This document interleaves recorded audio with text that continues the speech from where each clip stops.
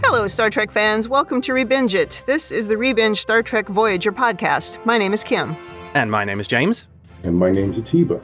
And we are rebinging Star Trek Voyager from the beginning, one episode at a time.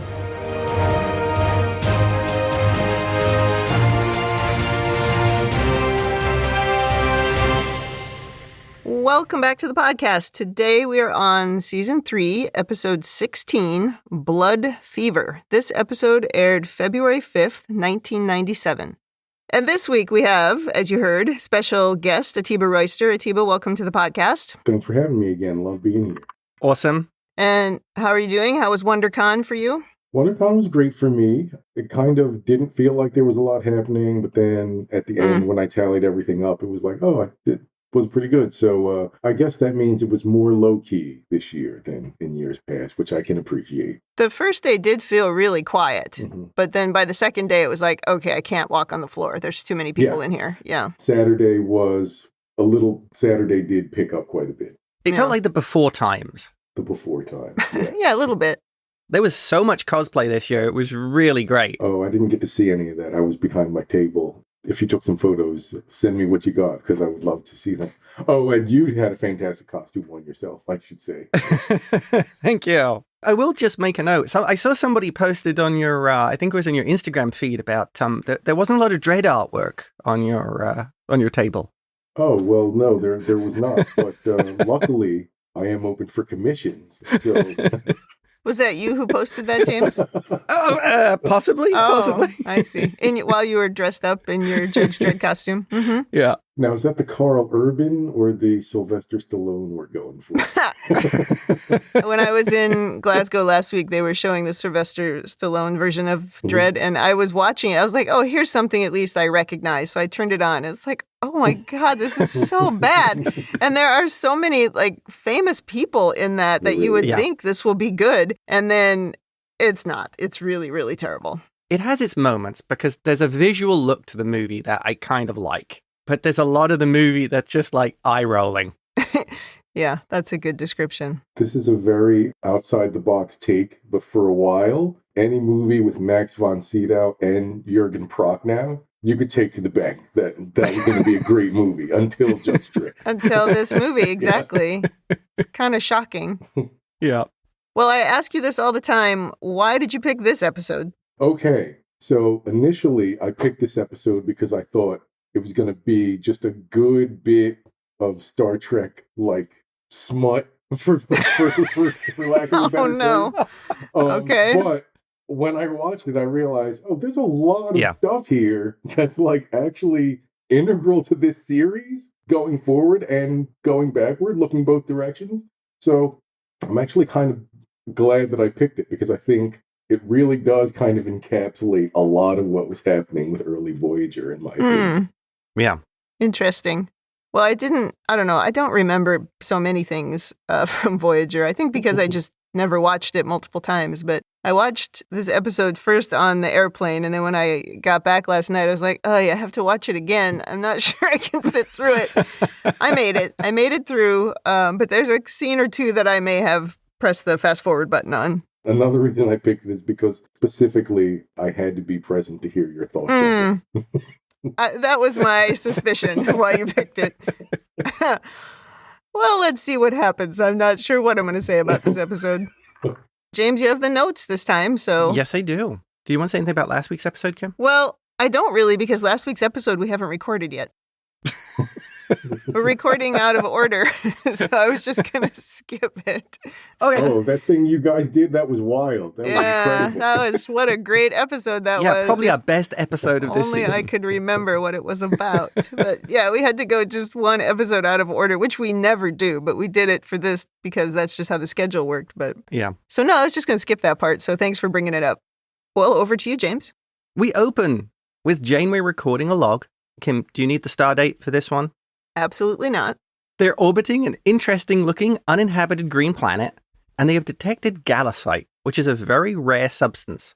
B'Elanna is quite excited as there's so much they could actually refit the warp coils. Tuvok did find there's a long-abandoned settlement on the surface, but otherwise the place is uninhabited, Janeway puts B'Elanna in charge of the away mission and suggests she takes Neelix along, because this is another chance to get rid of him. As soon as they're all excited, you just know everything's going to go wrong. Yeah, it's like when you see a nebula. Yeah. In engineering, B'Elanna is telling Ensign Vorik, the Vulcan, the tunnels on the planet are artificial. Someone else must have been mining the Galisite.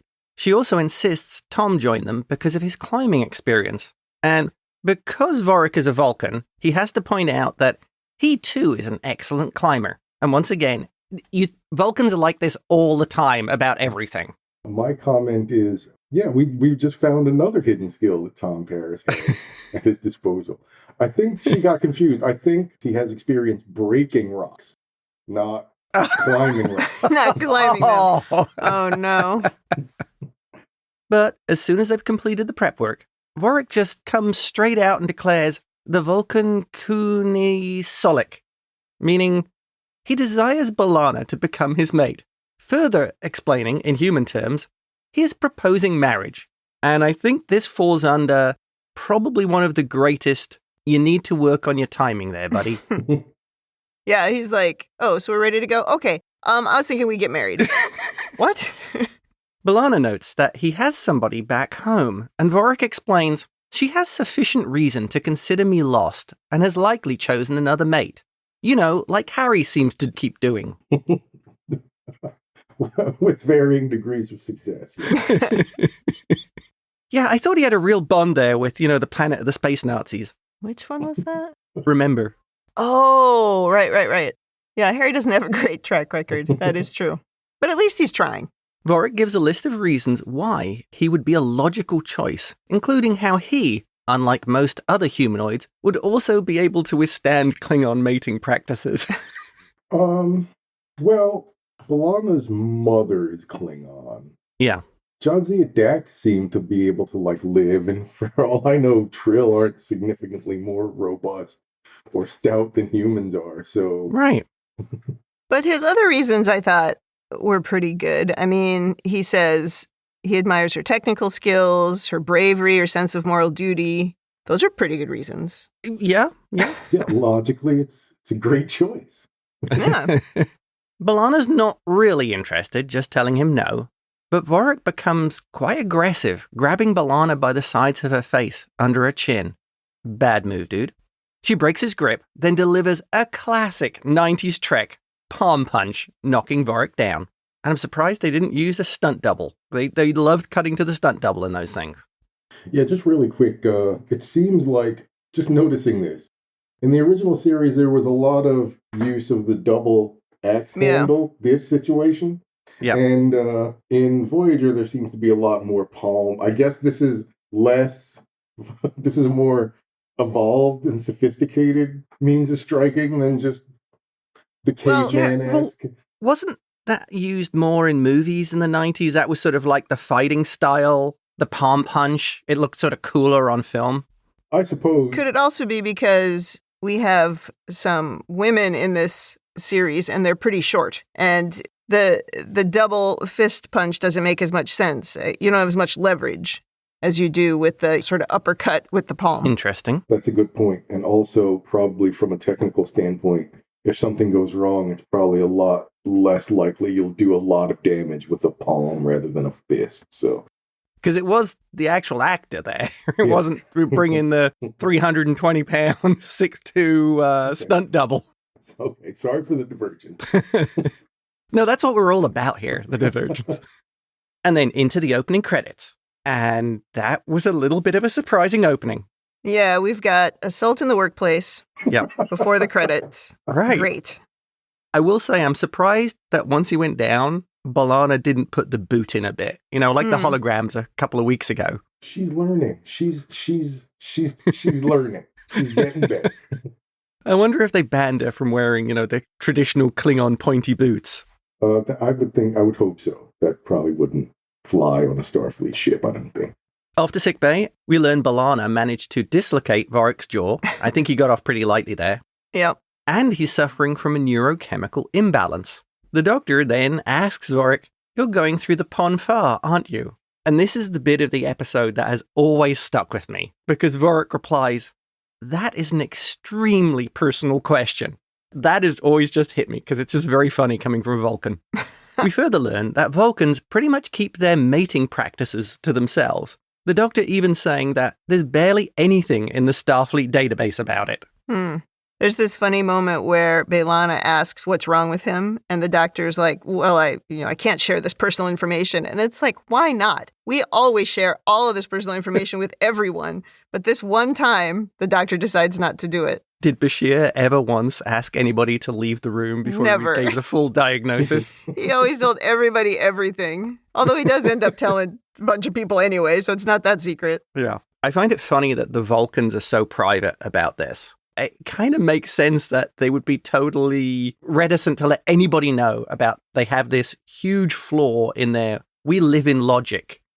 There's a lot of exposition here where Vorik explains adult Vulcans experience an instinctual, irresistible urge to return to their homeworld and take a mate. And I think he says every 7 years? Every 7 years on the Pon Farr, that's correct. And that's just got to drive them crazy. An emotional urge that defies logic. Well, and it's funny that we wouldn't have... There's so many reasons why it's ridiculous how they keep this stuff to themselves. Yeah. When they know this is what's going to happen and we don't talk about it. So we knew it was going to happen at some point to both of them or any Vulcans that are on the ship. So it's like keeping it secret is making it worse. Yeah, couldn't they just get the tape of that episode from TOS and just watch it? Yeah, but since that was resolved on the Vulcan homeworld, they don't really have access to that particular solution to the problem. I guess, yeah. Oh, so you're saying that if they look at Kirk's log, it just says, went to Vulcan, full stop. I think it might, actually. There's a lot of that with Kirk, I think. Yeah, Kirk doesn't occur to me to be a dude who kept meticulous logs. No, because there was the whole thing with Khan, right? And the logs being wrong. Went to SETI Alpha. That was about it. Went to one of these SETI Alphas. Not sure which one. Avoid the worms. Yes, do.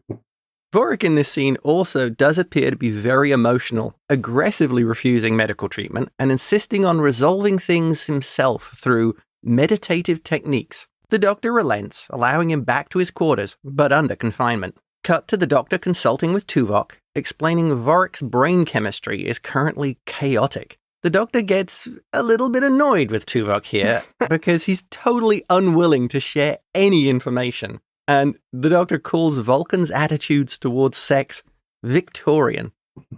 Okay, comment here. Wouldn't a more relevant analogy be the Arbazan or the Arbazan?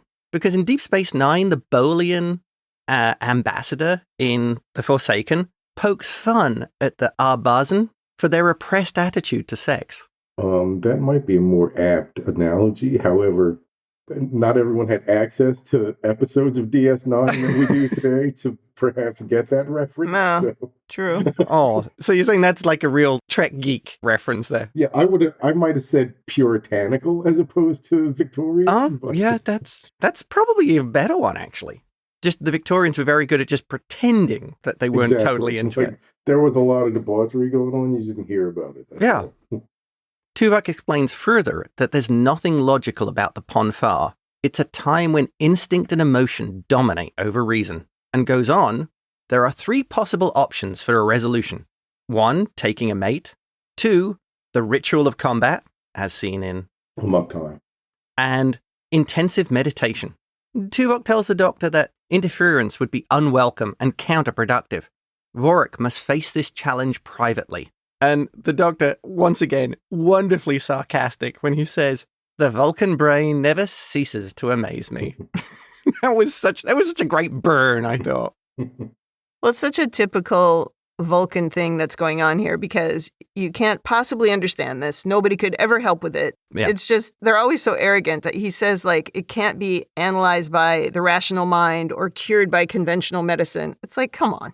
Yeah, you've covered all this up. Which is why it can't be cured by conventional medicine, because you guys won't talk about it. We probably could cure it if you weren't such babies. I think as well, another thing I want to say about this scene is the facial acting and the ability for Tim Russ with a limited number of lines and not being allowed because of this character to show emotion really manages to give you this sense of how just irritated or annoyed Tuvok is.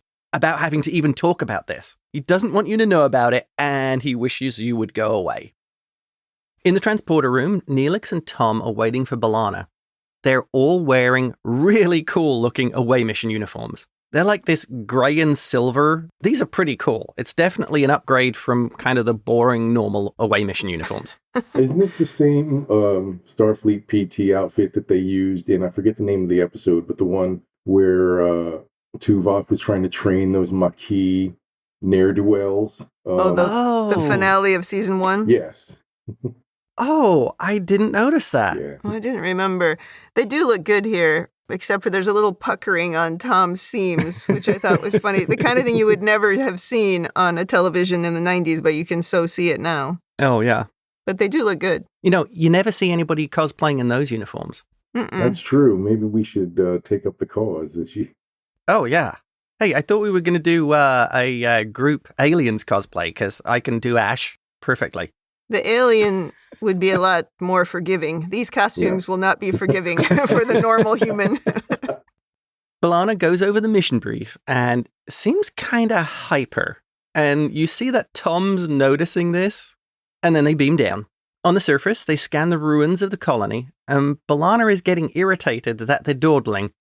And we head off into some caves. I mean, that could just be normal B'Elanna. Oh, well, yeah. She's a little bit mission-focused. I have the feeling the Klingon side of her is not into the really exploration and discovering stuff. I got a job to do. Can you lot wrap it up? Move on? Well, in the caves, we see clearly these are some of those high-quality caves that Voyager's famous for. There's like moss on the wall and bits of plan. It's really good. I mean, it's not like Deep Space Nine caves, which were definitely the spray some lumpy stuff, great, it's a cave. There's integrated bits of technology. This is top-notch cave work. The team start rappelling down into a giant pit, but disaster strikes as Neelix's piton comes loose and he starts to fall. B'Elanna catches him, but they both descend too quickly, landing heavily at the bottom. B'Elanna immediately goes into angry Vulcan mode, shouting at Neelix, saying that he almost got them killed. And then she continues ranting, and Tom asks if she's maybe overreacting a little. I think that's the perfect reaction to Neelix at all times. Myself. They cut the scene where Janeway hands Neelix a very specific piton and says, "You use this one." Oh. I think when they first looked down into that pit, it's very far. And this happened right away when they started going down the side. I think maybe it was a little out of whack with the perspective of how far they should have fallen. I don't think they should have survived. But what I kept thinking was, what happened to those jet boots that Spock wore in Star Trek V? Why are we repelling? What jet boots would those be? Oh. I literally went and started Star Trek V because I'm like, I'm sure he was wearing boots, and he is. Why are we not using those? Yeah, because he pokes fun at Kirk, because Kirk's free climbing the mountain face, and Spock just uses the boots, which would be logical. Right. And couldn't you look that up on one of the archive tapes and just replicate a pair? Exactly. Plus, why didn't they have more than one piton holding it in? Like, put two of them in, and then you've got one, and then a second one in case there's a problem. As a backup. Yeah. Because we haven't... I don't know, we've actually established that either Tom or Neelix know what they're doing. Ah. Good point. Neelix just lies about everything all the time, which is just fine, just an endearing trait for that guy, I guess. And Tom Paris was in prison, so... So Tom Paris's climbing experience is, one time at the gym, I did the rock wall. Actually, I don't think he claimed it. I think someone just said, you have experience doing... climbing. Yeah, Janeway says it, I think, somewhere. Yeah. And he's like, yeah, boss. Yeah, sure. It's like when actors put, I know how to ride a horse on their resumes. Yeah. B'Elanna, still very angry, tells Tom to take the injured Neelix back to the ship. She's going to get the Gallacite by herself and tries to leave. Tom grabs her arm, attempting to stop her. She tells him to get his hands off her and then bites him on the cheek. And we see a really big set of like teeth imprints on Tom's cheek. Okay, that was another one that made me laugh out loud. This is a very bad sign when someone bites you. Well, not if it's a Klingon. Well, yeah. Well, he mentions that later. Like, I know what that means. And I was like, I don't know what that means, so I looked it up. Now I know what it means. Well, B'Elanna marches off, telling them she's in charge and she'll finish the mission. Roxanne Dawson just gives this great sense of B'Elanna being just kind of manic here. I think she's really good in this episode. She doesn't have great material to work with, and the thing that's going on is just wild, but I think she sells it. Yes. Tom calls Voyager, explaining what's happened, and tells him she bit him. This is the best part of the whole episode, is how they all react to that. Chuckles is like, she bit you? What? It's great. Awesome Janeway look here. And if you notice, Harry is missing from his station. Yeah, Harry's not in this episode. He's at the very beginning on the bridge, and that's it. Is he? Okay, I don't remember. My bad. Janeway sends down another away team, but Tuvok asks for a delay, as he thinks he knows what's causing B'Elanna's behavior. Off to Vorik's quarters, and he's very emotional and shouts at Tuvok when he enters. Very un-Vulcan. Vorik describes exactly what happened with B'Elanna and how he held her face, saying, "It felt very important not to let go." And Tuvok reveals, this was a telepathic mating bond, which apparently was successful, as B'Elanna is displaying the early symptoms of Pon Farr. And this is where, if you'd told the doctor or you'd put it in the Starfleet medical database, somebody might have had a clue about what's going on. I feel this is, in some ways, dereliction of duty, that the Vulcans don't inform Starfleet about what goes on. Yeah, that this is a possibility. It's actually really pretty terrible. Right. There's a lot of, I don't know, it exists within Star Trek. It exists a lot in the 90s and before on television, but it's just this sort of casual reference to rape with women. And this is a good example where he's able to just touch her and somehow in her mind change her opinion about whether or not she wants to have sex with the Vulcan. And it's just, I don't know, it's too casual and I don't like it. And the fact that they don't show anyway him telling the doctor this or him telling Janeway this part of the story. And why do we not from here get the doctor involved? Because he should have been the one who goes down to the planet, but we don't. Oh. We just don't deal with it. That's a good point. It's a bit rapey for me. That's what I'm trying to say. Vorik, on hearing that B'Elanna is starting to suffer from the Pon Farr, wants to go to the planet. He wants to find her, but Tuvok says no. Vorik asks if she'll reject him again, and Tuvok tells him it might be best to follow his meditative efforts. That made me laugh. It's like, don't push it, Vorik. He says, Lieutenant Torres has never been a great follower of logic, which is a great line. I also noticed in here, Vorik does say about the telepathic mating bond, he didn't know it could happen this way. Again, because we don't talk about it. I guess the Vulcans don't even talk about it amongst themselves? Yeah, I mean, that's strange. That's really weird. Because why does Tuvok know? How do you know? I guess maybe because it just happens to you? Well, because Tuvok would have been through like 10 Pon Farrs. No, Tuvok's older than that. He would have been through almost 20 Pon Farrs by that point. We have to have a whole Pon Farr discussion and like a bigger Vulcan society discussion, mini discussion a little later. But yeah, let's table that. So many questions, yeah. Right. Okay. It's going to be hard to avoid the Pon Farr in the overanalysis section. Exactly. Back to the caves, and now Tuvok and Chakotay are there, also in the spiffy grey uniforms. Tuvok is explaining to Tom they need to find B'Elanna before the condition becomes life-threatening, which Tom finds kind of surprising. They evacuate the injured Neelix and head off to find B'Elanna. Again, life-threatening. Where's the doctor? Good point. We've sent down Chuckles and the Vulcan. Where's the doctor? Is the doctor able to leave sickbay at this point? I can't remember. Okay. Yeah, he has the mobile emitter. Yep. Then, where is the damn doctor? Somewhere else in the caves, B'Elanna appears to have found a light source and pulls away rocks, showing some kind of glowing fixture. The others arrive, and an excited B'Elanna shows them the glowing light, explaining it's an active power system which must have been built by the colonists. And B'Elanna is starting to look a little sweaty here. Just a bit. You remember how like in season 1, it was Kes who was sweaty every couple of episodes? Yeah. B'Elanna doesn't want to return to the ship and seems even more manic than earlier. As she backs away, telling the others to leave her alone, some heavily camouflaged humanoids seem to emerge from the rock, and they're all armed. And I'll comment, the camouflage is great. If you watch this scene, if you look behind B'Elanna when she's backing up, you can see the guy standing there, sort of blending into the wall. You can like see his legs and the outline of his body. It's a really good practical effect. So when he sort of stands out, it works. And plus, they're just the color of the rocks. Yeah. Mm-hmm. That's a good effect. The leader asks who they are and where they come from. And Tuvok explains that B'Elanna's aggressive behavior is because of a chemical imbalance. And the guy immediately asks, is it contagious? Good question. I guess they're still in microcosm space. Is this the plague area of the Delta Quadrant? Well, the answer to his question, though, is kinda. It is. Yeah, exactly. Okay. I'm like, dude, you lied. That's a good point. It's not. He could have said it's not airborne. True. Just don't let Vulcans touch you. Yeah. Chakotay tells the leader they only came looking for Galasite and will leave. And the leader asks about why they have weapons and asks to see one. And Chakotay just hands one over.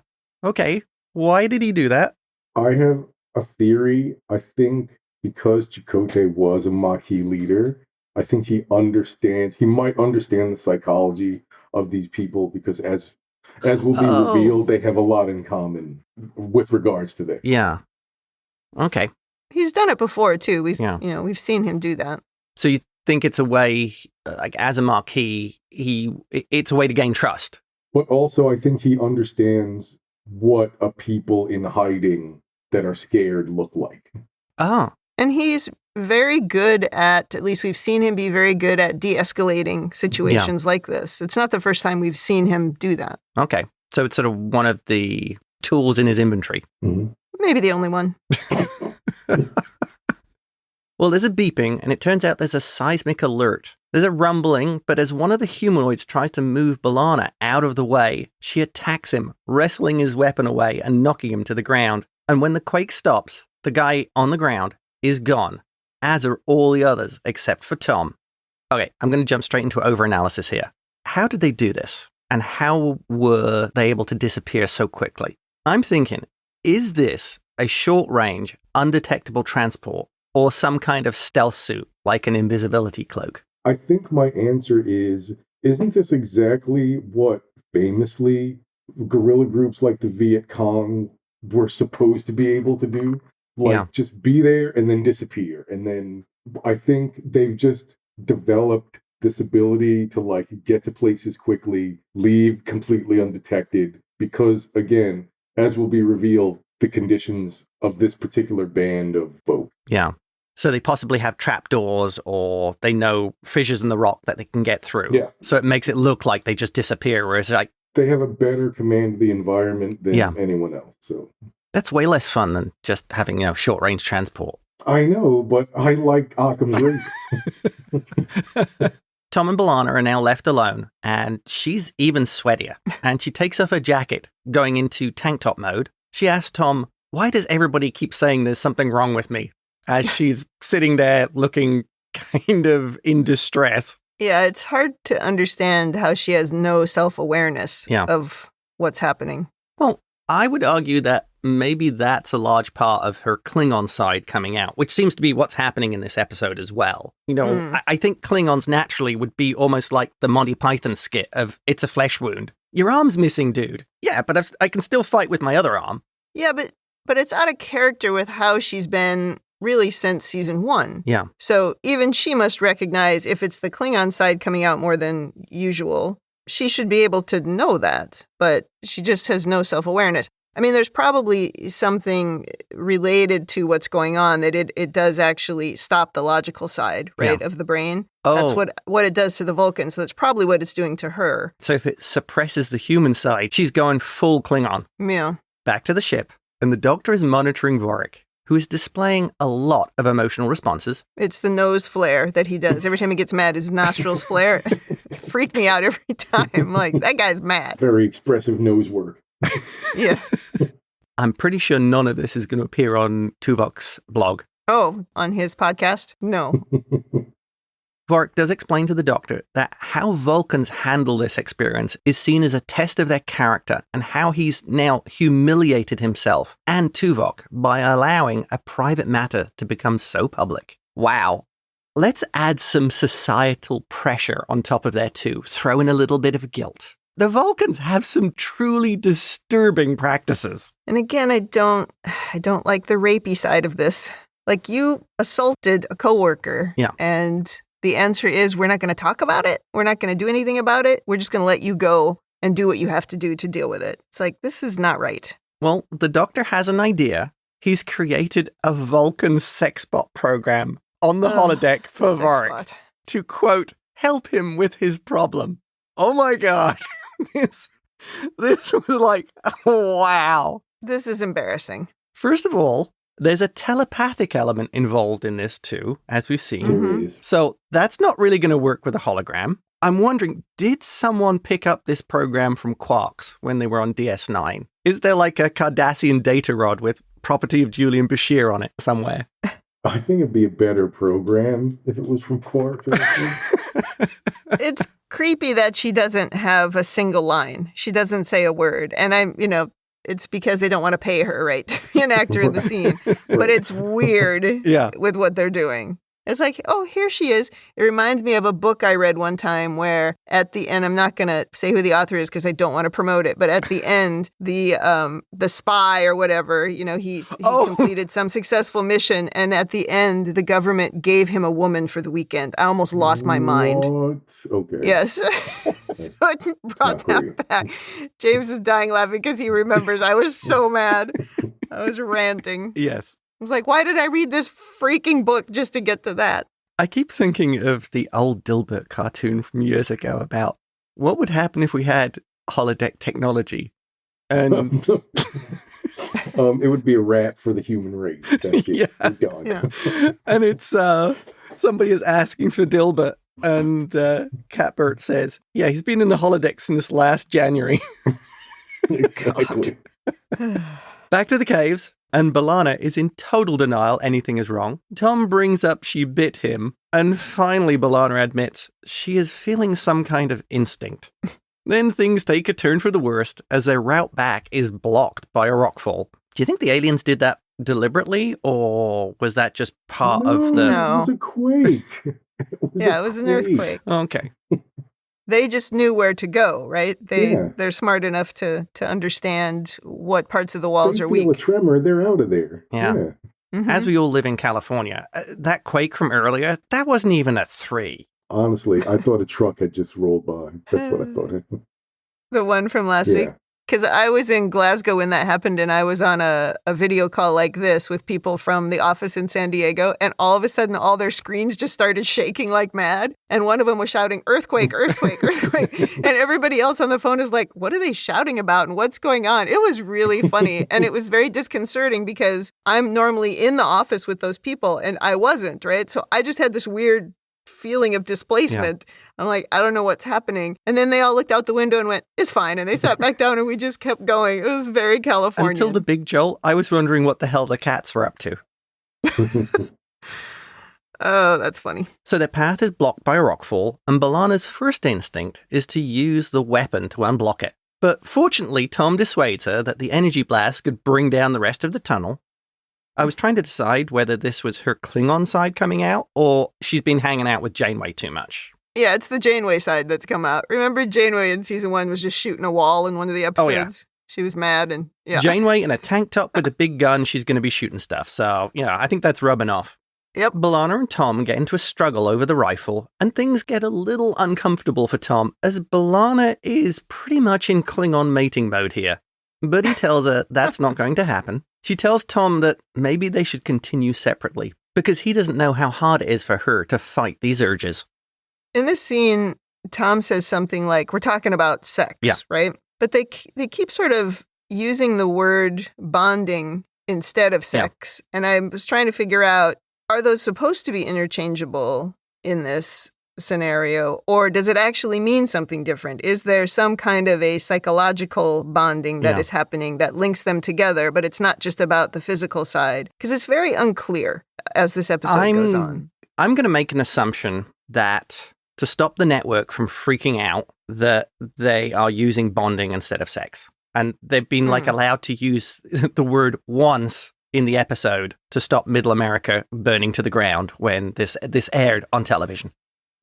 I mean, I don't know. It's quite tame. But Kim might have something there. There's something that I could talk about that harkens back to a Next Gen episode, but we'll get into it in over-analysis. Okay. Back to Tuvok and Chakotay, and the aliens are scanning and interrogating them, wanting to know about Voyager and their medical technology. This guy seems pretty upset that the crew came down here, and they call themselves the Sakari. Chakotay does offer to help them keep their privacy and show how they can further disguise the Galasite, and he also offers to help them hide the ruins on the surface. The Sakari tells him the story of how years before, invaders attacked. Some of his people escaped into the mines and have lived there since, and their fear is that the invaders may return. And I think that bookends with your comment, Atiba, about how these people think, and almost the parallel with the Marquis, which I didn't actually even consider before. Chakotay tells them he'll help them protect themselves, and they'll leave and never bother them again. And the Sakari agree.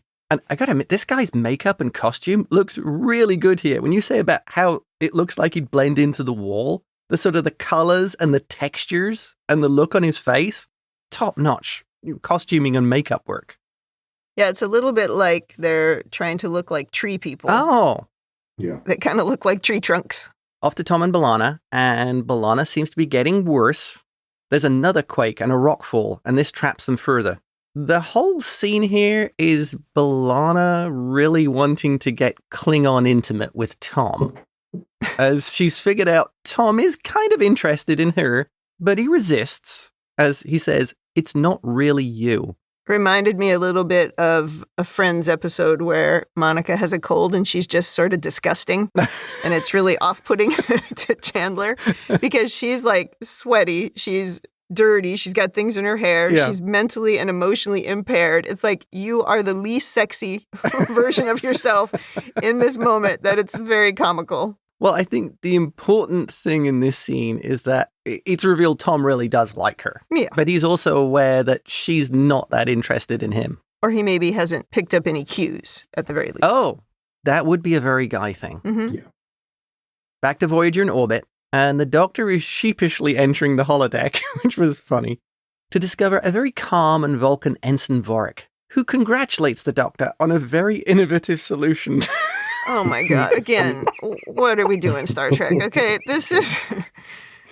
It's just terrible. There are parts of this episode I just couldn't watch without laughing. And parts of this episode for me just make me think, what part of like Gene Roddenberry's vision were we, where...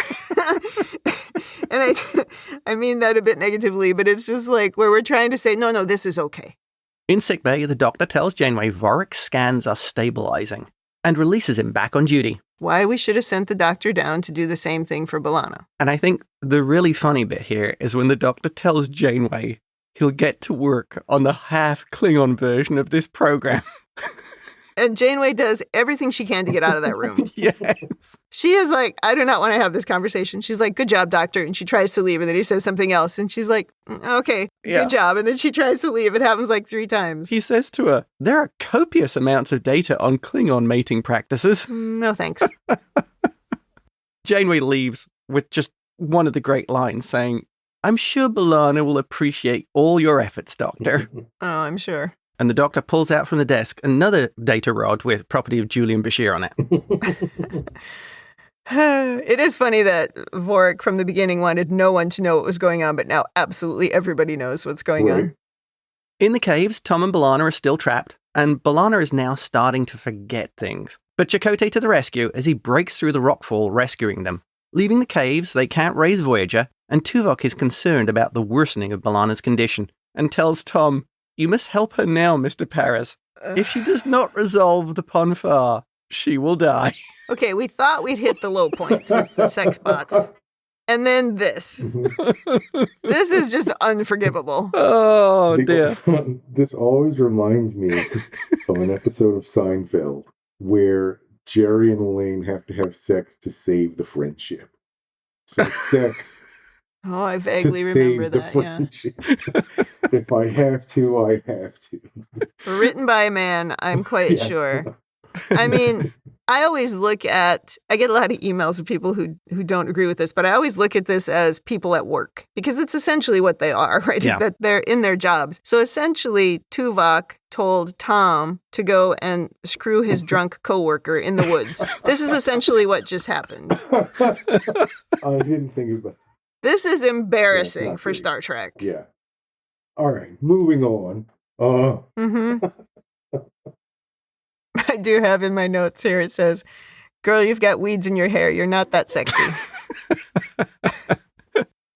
Well, things start to get as steamy as late 90s network television will allow. And in a surprise move, Vorik pulls Tom away, proclaiming, "You are my mate, not his." Guess that sex bot didn't work. Tuvok and Chuckles arrive, and Vorik announces to Tuvok he is declaring the ritual challenge. I'm sure. He intends to fight to win his mate. It turns out Vorik disabled comms, transporters, and shuttles. Nothing will keep him from his mate, which I suppose is pretty good because Spock, when he had the Pon Farr, stole a whole starship. He did. But why are we not watching this guy when we know this is the state he's in? Well, I guess because, again, nobody knows anything about it. Tuvok knows that he's chief of security. Okay. Well, the chief of security is down on the planet. He busy. Well, in a surprise move, B'Elanna takes the challenge herself, announcing, "If anyone's going to smash your arrogant little face in, I will." I did like that line. Peak B'Elanna at that moment, I think. Chakotay tries to stop this, but Tuvok says they must resolve their Pon Farr.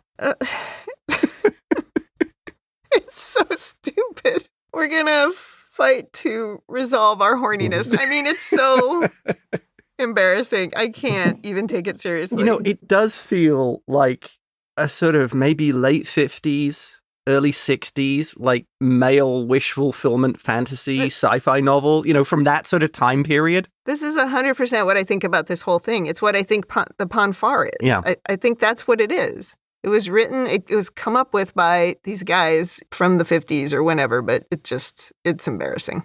We go into a pretty long fight scene with the three others just standing around watching it. But in the end, B'Elanna beats the snot out of Vorik and he collapses. I feel they so missed an opportunity here to use the fight music from the original Amok Time from TOS. They couldn't get the rights. They could not have gotten the rights. We totally should have used that music. Right. Yeah, I do agree with that. B'Elanna now collapses, and Tom holds her as Tuvok states, "The blood fever has been purged. They will both recover." Come on. Another point, I just laughed out loud. Fantastic. What are we doing? Well, you know what we did? We did need the Amok Time music because that would have just that would have just taken this to a level of ridiculousness that's just unparalleled. So bad. One of the things I feel is a missed opportunity is Lower Decks should have spoofed this episode. Oh, yeah. Well, this episode already kind of acts as a spoof of Amok Time, so that's true. Spoof. Back to Voyager, and Janeway's recording a log. Do you want the star date, Kim? No, thanks. As promised, they're helping the Sakari improve their camouflage, and in return, they're going to supply Voyager with a generous amount of gallicite. And we go to Tom stepping into a turbo lift with B'Elanna, which I would describe as awkward, to say the least. They make some small talk about work, and then Tom stops the lift, and they actually start talking about what happened on the mission. B'Elanna tells him that wasn't her, and Tom replies, "You're worried that your big scary Klingon side was showing. Well, I saw it up close, and it wasn't so terrible, and I wouldn't mind seeing it again someday." As B'Elanna leaves the lift, she says, "Careful what you wish for, Lieutenant." And, I don't think Tom picked up on what B'Elanna was saying there, that it wasn't her. I have no idea where he got the response from that it was her scary Klingon side. Yeah, this was a side that didn't really exist. Yeah. I guess it depends how you look at it because, yeah, it wasn't her, but she could have been saying, because I was influenced by this ridiculous Star Trek thing. Yes. But she also could have been saying that it was her Klingon side that was coming out. So I don't know exactly what she was saying in that moment, but you have to assume it was about the Pon Farr. Yes, but I don't get where Tom quite was getting this from. Yeah, I see what you mean. I think Tom knows that B'Elanna is very protective of her quote-unquote Klingon side, and it's very... Yeah. And there was a level of intimacy where he got to see her in a situation or see parts of her that she would normally not allow to be seen. So what I think he was probably just expressing the fact that, like, hey, I've seen you in this intimate situation, or I've seen you with your guard down with regards to these things, and I wouldn't mind seeing that again. Right. Okay. Yeah. Okay. Yeah, I agree. I think that is what he was saying there. Okay. I just found it a bit clunky. Back down to the planet, as Chakotay has called Janeway down to the surface. He's found something when they were clearing away the ruins, one of the invaders of the colony. And he shows Janeway a dead and decaying body. And it's a Borg. The end. I did not remember that. That made me gasp in the same way Janeway gasped when she looked at the body. I was like, oh! It's like, how dare you give an exciting ending to this stupid episode?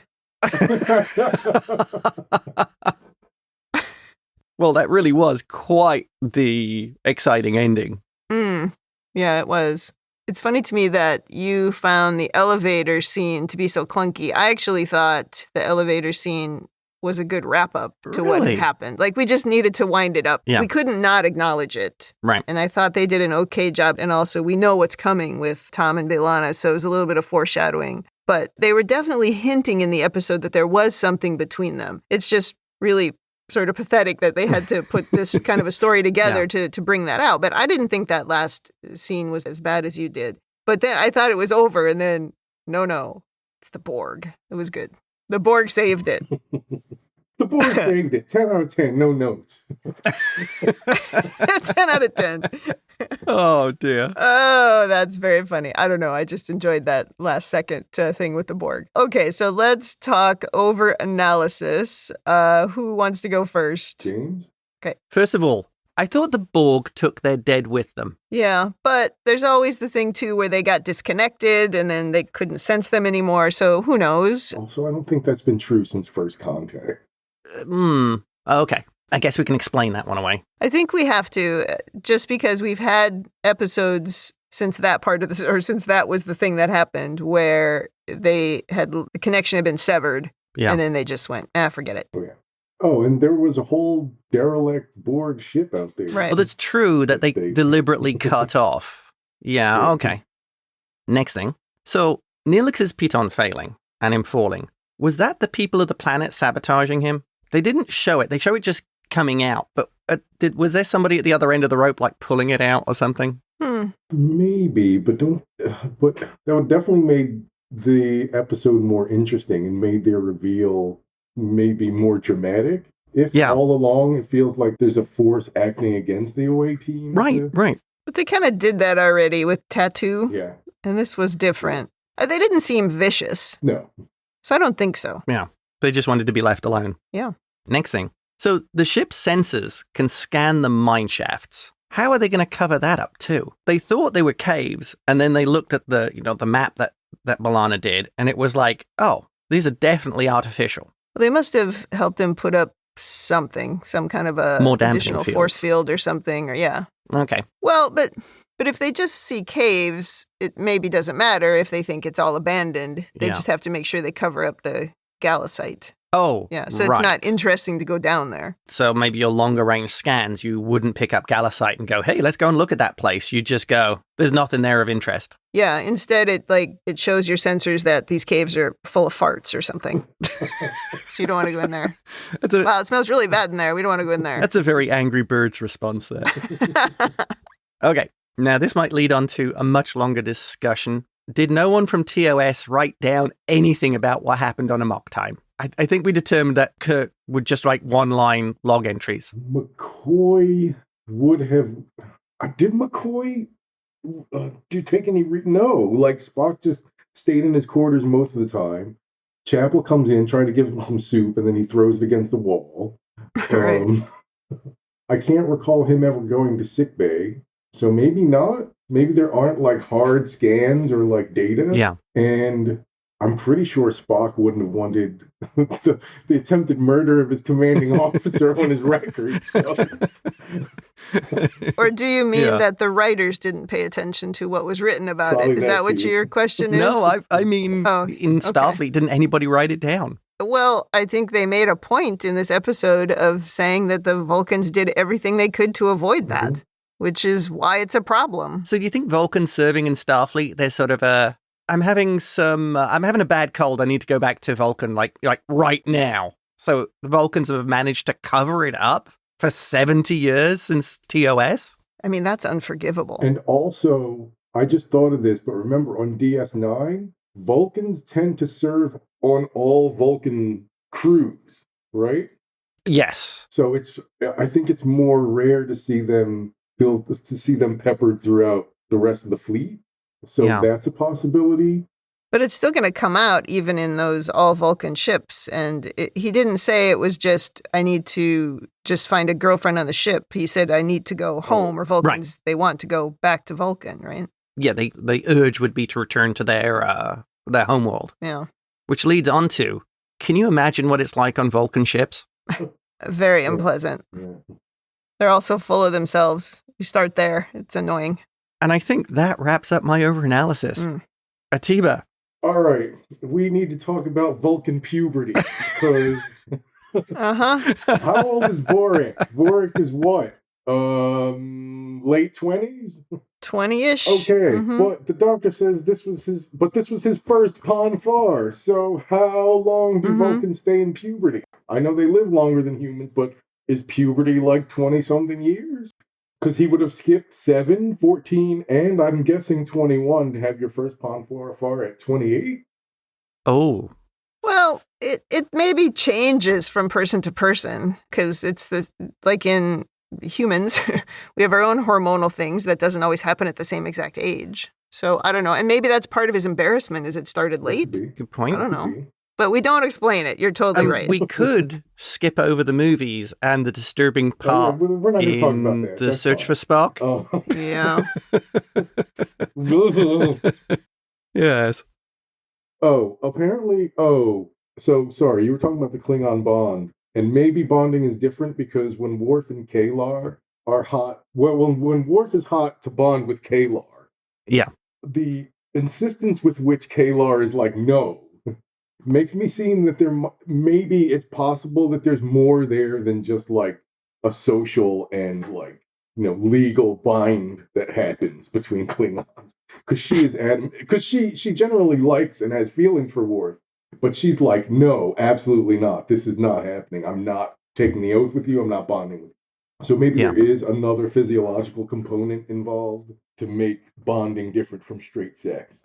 Well, I never thought that with the Klingons it was physiological. I thought maybe just with the Vulcans it was physiological. I know, but you said whether them talking about bonding as strictly a replacement for sex, and I'm just saying maybe there's not. Maybe it's more than something that. A little bit more than that. But I doubt it. Yeah. I think you're probably 100% right that nobody wants to say sex on this primetime television show. Yeah. Well, they do kind of dance around it in Star Trek because, again, the network's freaked out at anything like that. I find it hard to believe that, like, there's detailed data on every single Klingon ritual when the Klingons were an enemy of the Federation for how many decades? But we know what happens the first time a Klingon sneezes. That ceremony we have in glorious detail. Yeah. We don't know about Vulcan mating rituals. Okay, fine. I get that this race is like, did you say arrogant? Yes, a lot of Vulcans are portrayed as arrogant. Yeah. And I think that is kind of lazy writing and kind of not great acting on the.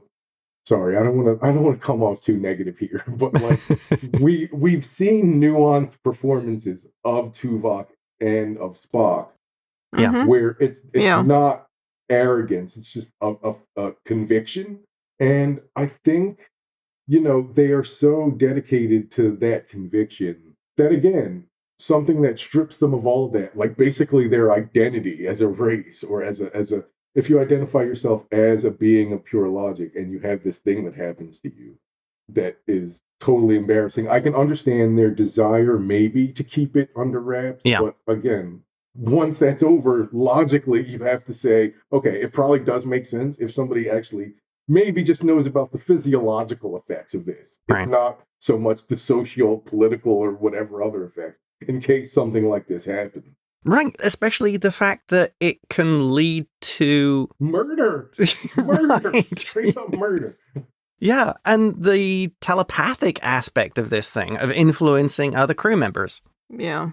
The arrogance of it to me is, and it's come up before on Voyager, where they talk about suppressing their emotions only, to say that the reason we have to do is because we're so much more, our emotions are so much bigger than yours, right? So it's like everything they do is better. Our emotions are bigger, but our ability to suppress them is better. But maybe if you didn't spend all of your time trying to suppress your emotions, this thing that happened every 7 years wouldn't be like this. Oh, interesting point. Maybe it would just become a part of your normal life. Yeah.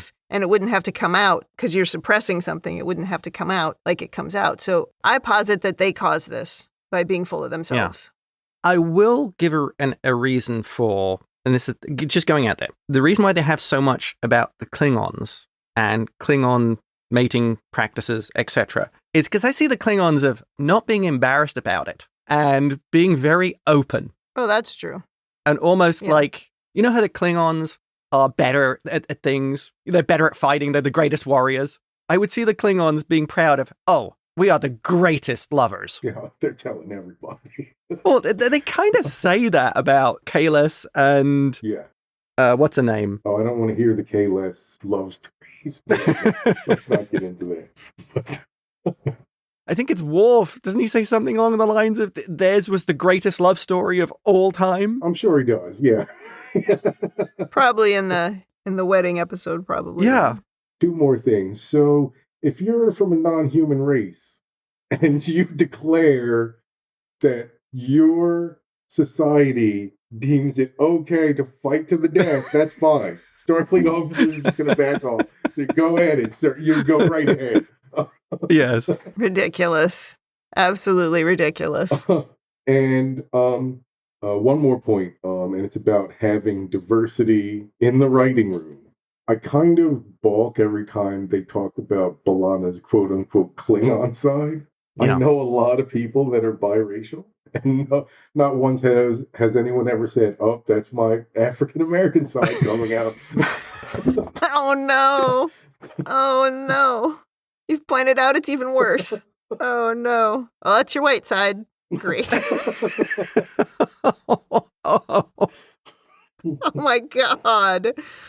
In some ways, that's kind of the crazy thing about the way that they treat B'Elanna here of, wouldn't she be a blended person? Yeah, you don't have 2 separate sides. Right. Yeah. Eventually, that's how most people that I know that are biracial negotiate it.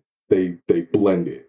And I understand that she part of her personality is she suppresses some of this stuff, but it's still, she's not like the Wolfman. It's not right. It's not coming out when there's a full moon or whatever. Although that would be funny. Oh dear.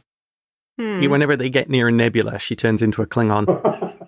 That's all my overanalysis. I mean, that's terrible.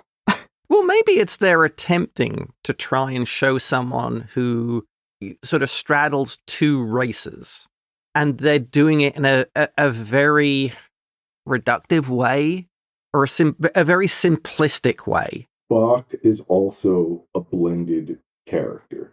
Yeah. And again, he's also a character that struggles between trying to merge the 2 parts of himself. Now, in the original series, it's definitely more of a dichotomy, but as we move into the movies, and as he gets older, you really see him coming to grips with both, with understanding and expressing both parts of his nature, or both parts of himself, or his fullness, just the fullness of being Spock.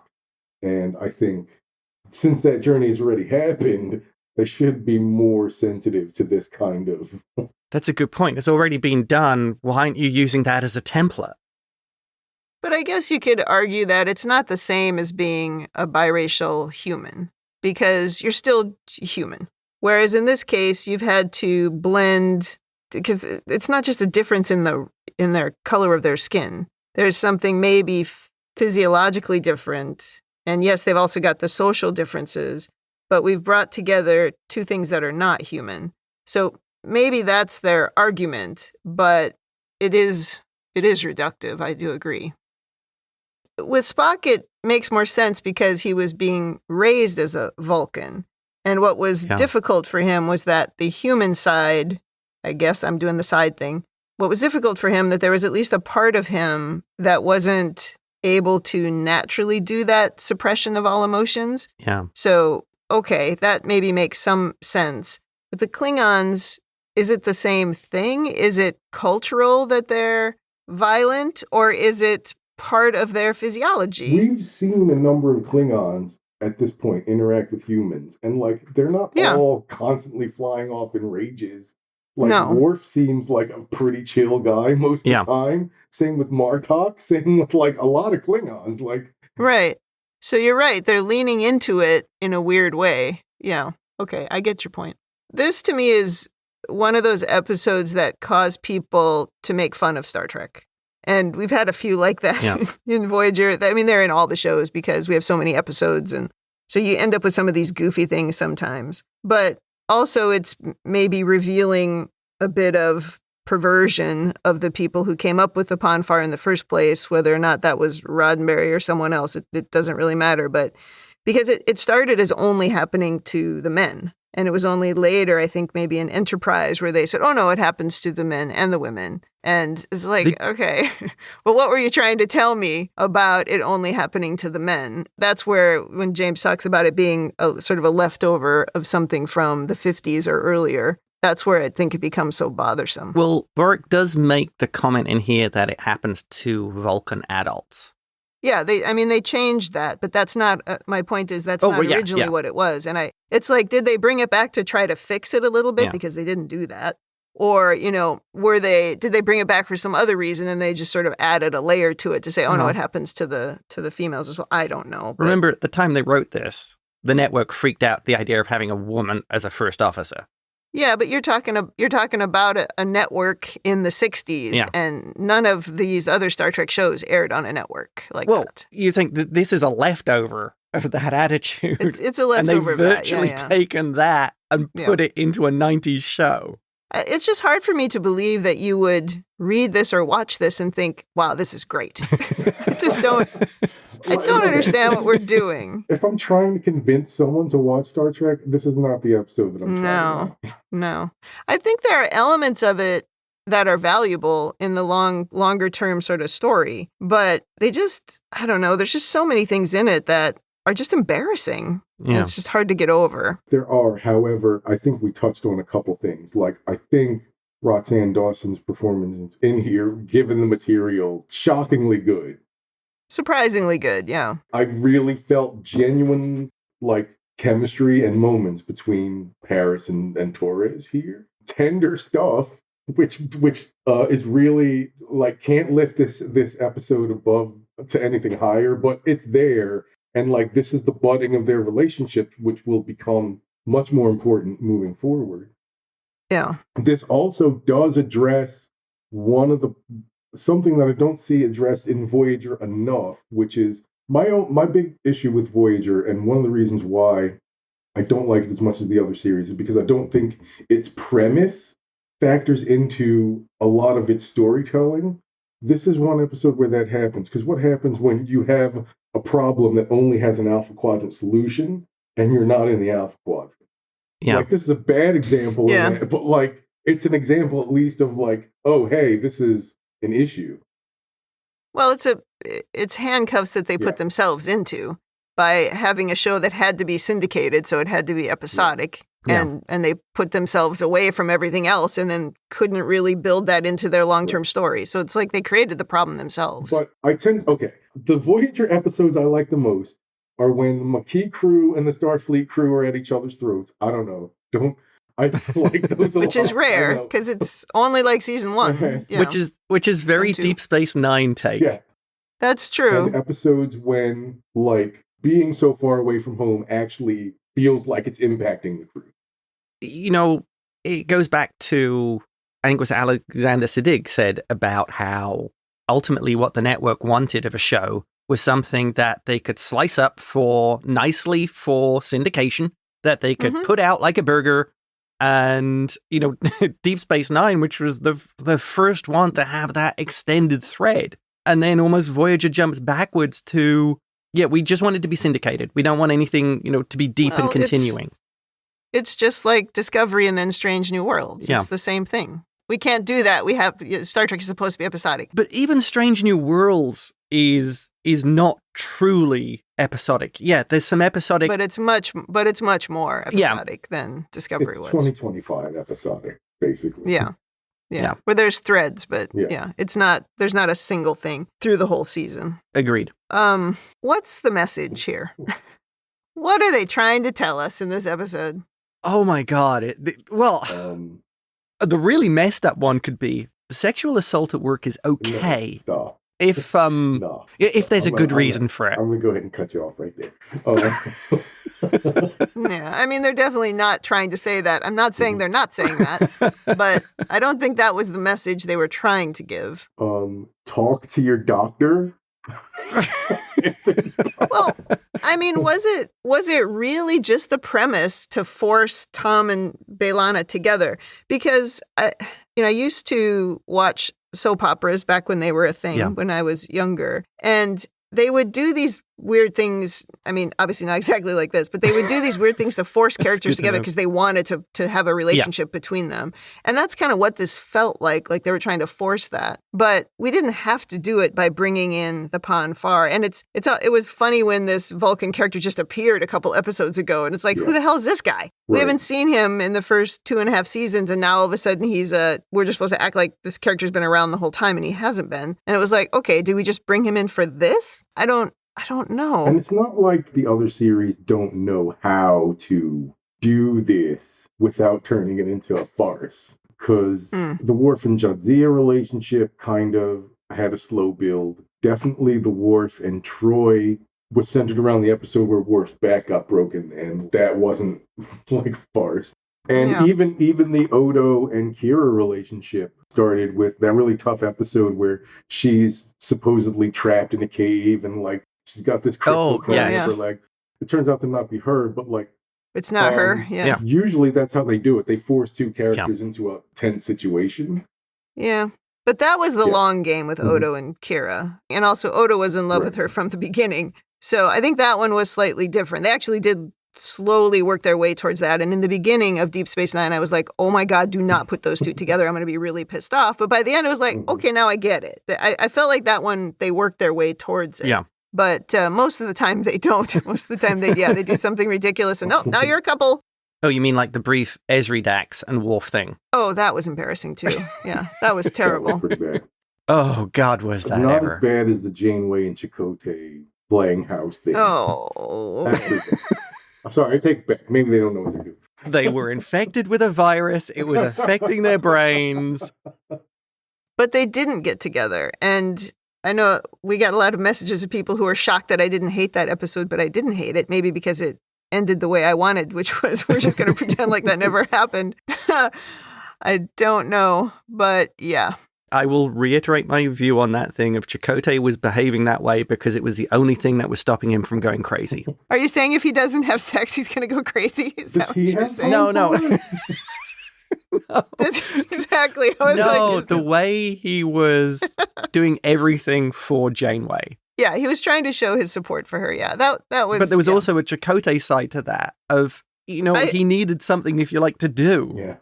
I think it's more how they tried to put Chakotay with everyone. That was the problem. Oh. They tried to put him with B'Elanna a little bit early on, or at least they implied it. And then it was Seska and Janeway. And now it's going to be 7 of 9. And that is one of the worst, I think, to me. There is no chemistry. Luckily, it doesn't happen until the very, very end.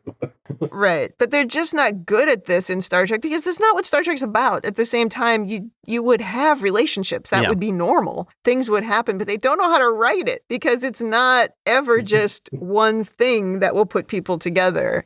So I just don't think they're great at it. And this is another example of it. I don't know. I think they have a deep understanding of relationships. Just look at Miles and Keiko O'Brien. Moving on. But the Miles and Julian relationship was good. They're very good at relationships. They're just not good at romantic relationships. Oh, I don't know. Garak and Bashir were pretty well written. That's true. That's pretty great. Oh my God. I thought you were going to say the Ducat's daughter, which was the old gay guy and the woman too young for him. No. Oh my God. But yes, those two are funnier. Okay. If I go to women in the future, I don't even know what else to say. I don't like the rapey undercurrent. Oh, yeah. And they do that in other, like it's in one of the movies of Trek, but it's also in some episodes of Next Gen where it's like an emotional thing or it's a telepathic thing that they do to women and somehow that's okay. We don't make a big deal out of it. It is a very big deal. And I don't like all the implications here that she was assaulted in her place of work. And we didn't do anything about that. We just accepted it that, yeah, but we don't talk about it. It's like, that's the problem, is that we don't talk about it. You can't hide it. Are you just going to let him go and do the same thing to somebody else? Or what are you actually doing about it? This is not a good look for women in the future, this whole episode. They're going to have the same problem in 7 years' time if it takes them 70 years to get home. Yeah, really. We better start working on it, right? If it's going to take 70 years, it's going to happen a lot more. And what are we doing to stop it from happening again? The version 2 of the Doctor's program. Didn't work. Oh, well, but that didn't work. It didn't work in the slightest. So we got to do something else. You have to figure out the chemical imbalance and deal with that. Because you know it's possible. I say it a lot, but we can build a transporter. I'm confident we can come up with something to deal with this imbalance. Well, if we go to Janeway's leadership corner, it's so embarrassing when Tuvok tells him to go off to the woods and do the business. It's like, don't do that. Who was trying to help B'Elanna in this scenario? It's like trying to say that people of color can solve racism and women can solve misogyny. They can't. We need allies to help with these things. So who was B'Elanna's ally in this? Nobody. Why did we not send the doctor down to try to help? It doesn't make any sense. How did Janeway not get involved in any of these conversations? It just makes no sense. They just really were diminishing B'Elanna's choices and her value. Yeah. And it's really disturbing. So I would say leadership, total failure in this episode on all accounts. The only person who showed good leadership in this episode is Chuckles, because he was able to do the negotiating with the cave people, and he did a great job with that, right? He pretty much saved them from getting killed. So I thought he was good, but what did he do for B'Elanna? Nothing. You know, thinking about this, Tuvok, he will have gone through this almost 20 times. Yeah. Why couldn't he mind meld with either Vorik or B'Elanna? Because he has had the mental discipline to get over Pon Farr. Because they don't talk about it. And that would have been some kind of insult, I'm sure, in the Vulcan world. But this would have been a way to show leadership and save B'Elanna. We did not care about B'Elanna. It was really annoying. Well, on that note, should we go to rating? Okay. Thumbs up, thumbs down, or neutral. James, you go first. Yeah. Okay. This is an absolute solid thumbs down. Holy crap, you wrote this and nobody at any point said, "What the hell is this crap? Are you high?" Honestly, the Borg thing at the reveal, what a waste to put it in this episode. It is a waste, yeah. This is up there with Prophet and Lace. Yipes.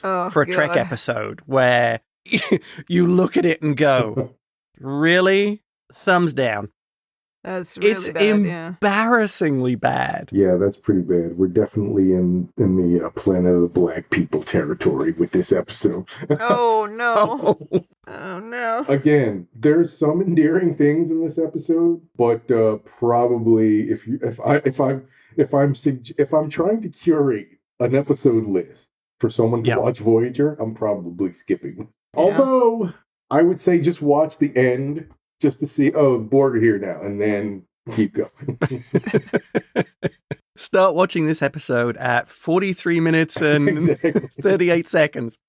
Do not watch before that. I think we could have saved this episode if it hadn't affected B'Elanna. Yeah. If instead it was just her dealing with what was going on. Right? And she was just her normal self. I think we could have saved it, because the actual story of this planet of people who'd been attacked by the Borg and were just they were just trying to survive and hide, right?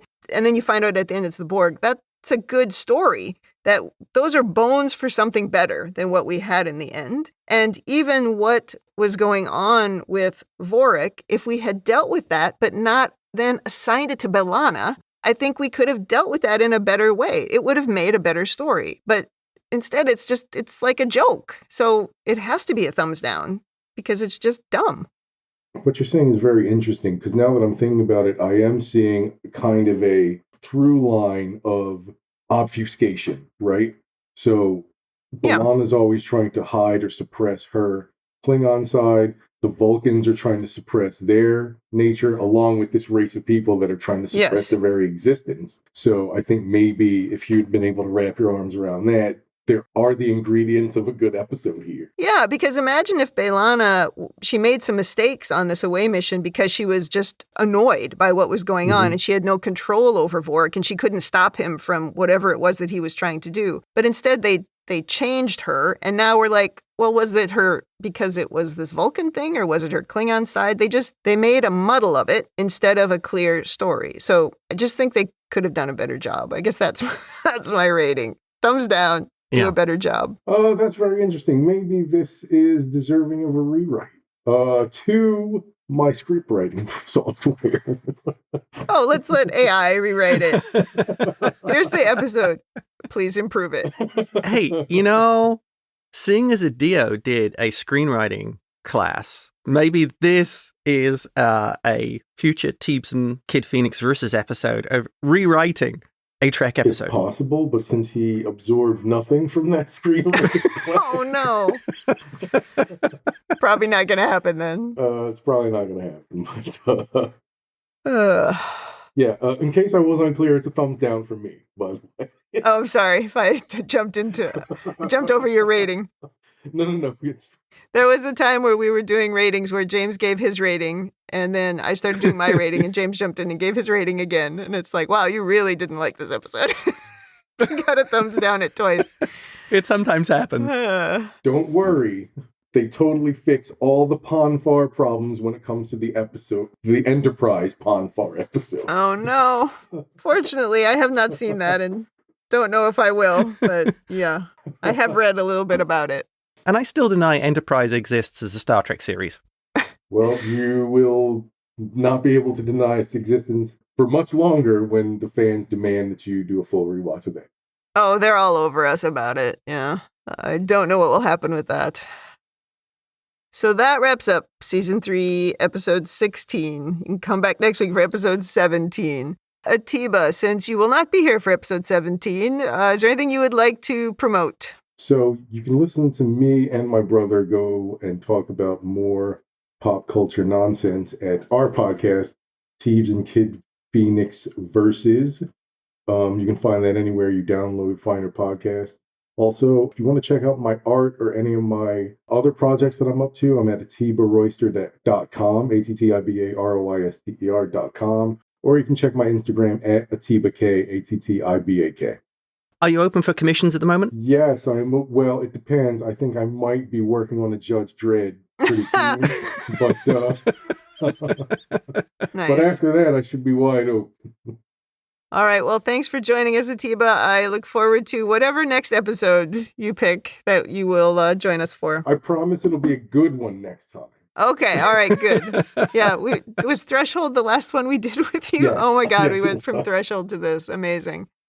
All right. Well, thank you, Atiba. Yes, thank you, Atiba. And come back next week, the rest of you, for Season 3, Episode 17. In the meantime, if you'd like to send us your own overanalysis of this or any episode, or if you just want to say something nice, you can email us at ReBingeIT@gmail.com. We are also on YouTube, Threads, Instagram, and Blue Sky at ReBingeIT, and you can join the Facebook group, facebook.com/groups/Star Trek TTM podcasts. Thanks for joining us on the ReBinge Star Trek Voyager podcast. That's it for me. And that's it from me. And that's it for me.